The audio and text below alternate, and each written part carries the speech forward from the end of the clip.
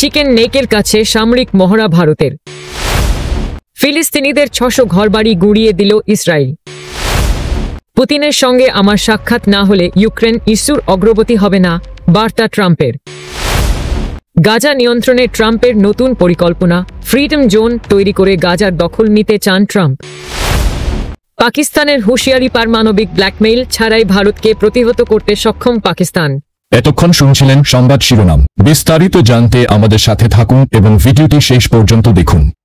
ভারতের সামরিক বাহিনী তাদের যুদ্ধকালীন প্রস্তুতির অংশ হিসেবে পশ্চিমবঙ্গে তিস্তা নদীর অববাহিকায় তিস্তা ফিল্ড ফায়ারিং রেঞ্জে সম্প্রতি একটি পূর্ণাঙ্গ সামরিক মহড়া সম্পন্ন করেছে, যার নামকরণ করা হয়েছিল তিস্তা প্রহার। গত সপ্তাহে বৃহস্পতিবার 8 মে থেকে শনিবার 10 মে অর্থাৎ 3 দিন ধরে যে জায়গায় মহড়াটি সম্পন্ন হয়েছে সেটি ভারতের তথাকথিত চিকেন স্নেক বা শিলিগুড়ি করিডোরের খুব কাছেই, অর্থাৎ ভারতের মানচিত্রে মাত্র 17 কিলোমিটার চওড়া যে সরু অংশটি উত্তর পূর্ব ভারতকে বাকি দেশের সঙ্গে সংযুক্ত করেছে। বৃহস্পতিবার 15 মে গুয়াহাটিতে ভারতীয় সেনাবাহিনীর মুখপাত্র জানিয়েছেন, তিস্তা প্রহার এক্সারসাইজে নদী বিধৌত অঞ্চলের চ্যালেঞ্জিং পরিবেশে বাহিনীর যৌথ কমব্যাট স্ট্র্যাটেজি এবং যুদ্ধের প্রস্তুতি কতটা সেটাই প্রদর্শিত হয়েছে।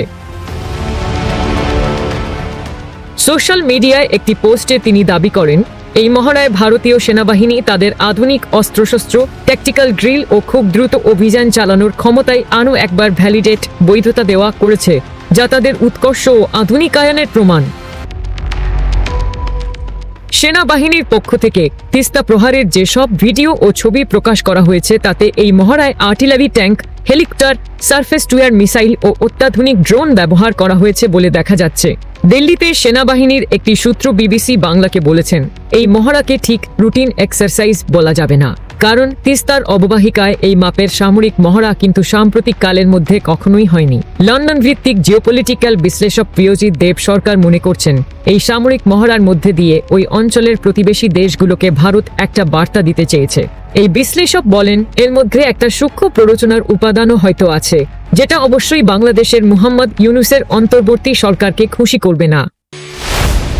ফিলিস্তিনের অধিকৃত পশ্চিম তীরের জেনিন শরণার্থী শিবিরে ইসরায়েলি সেনাবাহিনীর অভিযান টানা 114তম দিনেও অব্যাহত রয়েছে।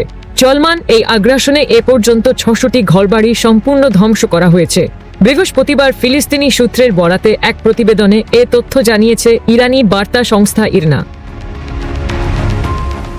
ফিলিস্তিনি বার্তা সংস্থা ওয়াফা জানিয়েছে, জেনিনে ইসরায়েলি সামরিক তৎপরতা একটানা চলছে। স্থানীয় পৌরসভার হিসাব অনুযায়ী শরণার্থী শিবিরের ভেতরে এখন পর্যন্ত প্রায় 600টি বাড়িঘর সম্পূর্ণ গড়িয়ে দেওয়া হয়েছে।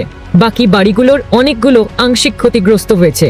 জেনিন পৌরসভা আরও জানায়, ইসরায়েলি বাহিনীর লাগাতার গুলিবর্ষণ ও সশস্ত্র অভিযান এ শিবিরের বাসিন্দাদের দুর্ভোগকে চরমে পৌঁছে দিয়েছে। জেনিন শরণার্থী শিবিরে এই দীর্ঘমেয়াদী সামরিক অভিযানকে ফিলিস্তিনি কর্তৃপক্ষ একটি পরিকল্পিত মানবিক সংকট ও গণদুর্নীতি হিসেবে বর্ণনা করেছে। এদিকে কাতারের যুদ্ধবিরতি নিয়ে পরোক্ষ আলোচনার মধ্যেই গাজায় ইসরায়েলি হামলায় আরও 84 জন নিহত হয়েছেন। উত্তর গাজা থেকে তাদের বাস্তুচ্যুত করার যে কোনো পরিকল্পনাকে সহজতর করবে এই হামলা। আল জাজিরার প্রতিবেদনে বলা হয়েছে, বুধবার ভোর থেকে উত্তর গাজায় জাবালিয়া শরণার্থী শিবির সহ বেশ কিছু স্থানে ইসরায়েলি হামলায় অন্তত 50 জন নিহত হয়েছেন। অন্যদিকে দক্ষিণাঞ্চলীয় খান ইউনিস শহরে আরও 10 জন নিহত হয়েছেন। গাজা স্বাস্থ্য মন্ত্রণালয়ের তথ্য অনুযায়ী 2023 সালের 7 অক্টোবর থেকে গাজায় ইসরায়েলি হামলায় অন্তত 53,000 ফিলিস্তিনি নিহত হয়েছেন। অব্যাহত হামলা চালিয়ে ইসরায়েল গাজার বেশিরভাগ স্থাপনা ধ্বংস করে দিয়েছে এবং 90%-এরও বেশি মানুষকে বাস্তুচ্যুত করেছে। যুক্তরাষ্ট্রের প্রেসিডেন্ট ডোনাল্ড ট্রাম্প জানিয়েছেন, রাশিয়ার প্রেসিডেন্ট ভ্লাদিমির পুতিনের সঙ্গে তার সরাসরি বৈঠক না হওয়া পর্যন্ত ইউক্রেন সংকট নিয়ে কোনো অগ্রগতি হবে বলে তিনি আশা করছেন না। বৃহস্পতিবার কাতার থেকে সংযুক্ত আরব আমিরাত সফরে যাওয়ার সময় এয়ার ফোর্স ওয়ানে সাংবাদিকদের সঙ্গে আলাপকালে ট্রাম্প বলেন, যতক্ষণ না আমি ও পুতিন একসঙ্গে বসি ততক্ষণ আমি মনে করি না কিছু হবে। পুতিন তুরস্কে কিয়েভের সঙ্গে আলোচনায় অংশ না নেওয়ায় এ মন্তব্য করেন ট্রাম্প। তিনি আরও বলেন, ইউক্রেন ইস্যুতে কার্যকর সমাধানের জন্য রাশিয়া ও যুক্তরাষ্ট্রের শীর্ষ পর্যায়ের আলোচনায় একমাত্র পথ হতে পারে। বুধবার ইউক্রেন যুদ্ধ সমাপ্ত করার লক্ষ্যে তুরস্কে গিয়ে রাশিয়ার প্রেসিডেন্ট ভ্লাদিমির পুতিনের সঙ্গে বৈঠক করার আগ্রহ প্রকাশ করেছিলেন ডোনাল্ড ট্রাম্প। তবে বৃহস্পতিবার পুতিন তুরস্কে যাননি, তাই ট্রাম্পও দেশটিতে যাননি। এর আগে ইউক্রেনের প্রেসিডেন্ট ভলোদিমির জেলেনস্কি পুতিনকে বৃহস্পতিবার তুরস্ক সফরের আহ্বান জানিয়েছিলেন। এ ব্যাপারে ইঙ্গিত করে ট্রাম্প গতকাল সাংবাদিকদের বলেছেন, আমি জানি না যদি আমি না যাই তিনি সেখানে থাকবেন কিনা। তিনি চান আমি যেন সেখানে যাই। যদি যুদ্ধ থামানোর সম্ভাবনা থাকে তাহলে আমি সেখানে যেতে পারি। প্রসঙ্গত, রাশিয়া ইউক্রেন যুদ্ধ বেশ দীর্ঘদিন ধরেই চলছে। যুক্তরাষ্ট্র এটি থামাতে আপ্রাণ চেষ্টা করছে। প্রেসিডেন্ট হওয়ার আগে থেকেই ট্রাম্প এ যুদ্ধ থামানোর পক্ষে ছিলেন। এবার তা বাস্তবায়নের পথে, তবে নানা দর্শকশীর কারণে দেরি হচ্ছে। 2022 সালের 24 ফেব্রুয়ারি ইউক্রেনে অভিযান শুরু করে রাশিয়া, যা পরে যুদ্ধে গড়ায়। বিভিন্ন সময় সাময়িক যুদ্ধবিরতি হলেও যুদ্ধ এখনো চলছে। ফিলিস্তিনের অবরুদ্ধ গাজা উপত্যকা দখল করার কথা বলেছেন যুক্তরাষ্ট্রের প্রেসিডেন্ট ডোনাল্ড ট্রাম্প। বৃহস্পতিবার 15 মে কাতারের রাজধানী দোহায় একটি অনুষ্ঠানে গাজা নিয়ে কথা বলেন ট্রাম্প। ওই সময় তিনি জানান, যুক্তরাষ্ট্র গাজার নিয়ন্ত্রণ নিতে পারলে ভালো হবে। এরপর সেখানে ফ্রিডম জোন তৈরি করা হবে, এতে সেখানে সব মানুষ নিরাপদে বাস করতে পারবেন। ট্রাম্প বলেন, গাজার জন্য আমার পরিকল্পনা আছে, যেগুলো আমি মনে করি ভালো। চলুন গাজাকে একটি ফ্রিডম জোন হিসেবে তৈরি করি, এখানে যুক্তরাষ্ট্রকে যুক্ত হতে দিন। আমি খুবই গর্বিত হব যদি গাজার নিয়ন্ত্রণ যুক্তরাষ্ট্র নেয় এবং এটিকে একটি ফ্রিডম জোনে পরিণত করে। ভালো কিছু হতে দিন। মানুষকে এমন বাড়িতে রাখুন যেখানে তারা নিরাপদে থাকবে। গাজার সমস্যা কখনো সমাধান করা হয়নি, তবে গাজার নিয়ন্ত্রণ নিতে হলে আগে হামাসকে মোকাবিলা করতে হবে বলেও মন্তব্য করেন মার্কিন প্রেসিডেন্ট। তিনি 2023 সালের 7 অক্টোবর দখলদার ইসরায়েলে চালানো হামাসের অপারেশন আল-আকসা ফ্লাড নিয়েও মন্তব্য করেন। ট্রাম্প দাবি করেন, এটি মানব ইতিহাসের অন্যতম নৃশংস ঘটনা ছিল। তিনি বলেন, হামাসকে মোকাবিলা করতে হবে। মনে রাখুন, বিশ্বের ইতিহাসে 7 অক্টোবর ছিল অন্যতম খারাপ দিন। আমি মনে করি শুধুমাত্র এই অঞ্চলে নয়, এটি ছিল পুরো বিশ্বে সবচেয়ে নৃশংস হামলা যা আগে কেউ কখনো দেখেনি। ভারতকে প্রতিহত করতে পাকিস্তানের প্রচলিত ক্ষমতাই যথেষ্ট বলে জানিয়েছে দেশটির পররাষ্ট্র দপ্তর। এজন্য ভারতের স্মারকৃত পারমাণবিক ব্ল্যাকমেইলের কোনো প্রয়োজন নেই। বৃহস্পতিবার 15 মে এক বিবৃতিতে এসব জানায় ইসলামাবাদ। এর আগে ভারতের প্রতিরক্ষামন্ত্রী রাজনাথ সিং মন্তব্য করেন, পাকিস্তানের পারমাণবিক অস্ত্র ভান্ডার জাতিসংঘের পারমাণবিক সংস্থার নজরদারিতে আনা উচিত।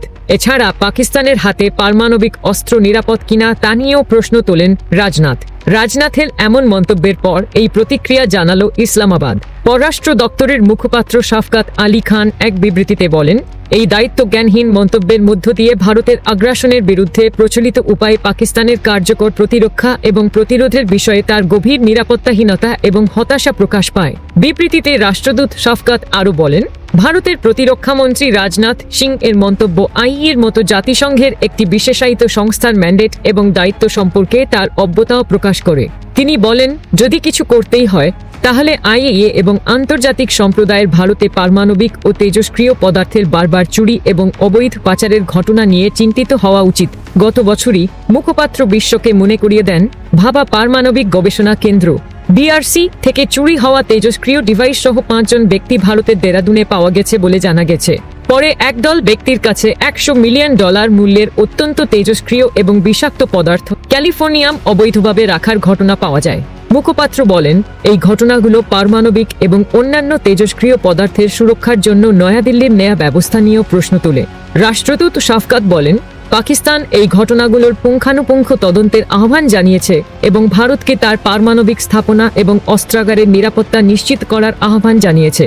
শনিবার 10 মে যুদ্ধবিরতি ঘোষণার মাধ্যমে প্রায় 3 দশকের মধ্যে ভারত পাকিস্তানের সবচেয়ে খারাপ সামরিক সংঘাতের অবসান ঘটে। এই সংঘাত বিশ্বব্যাপী উদ্বেগের জন্ম দিয়েছিল।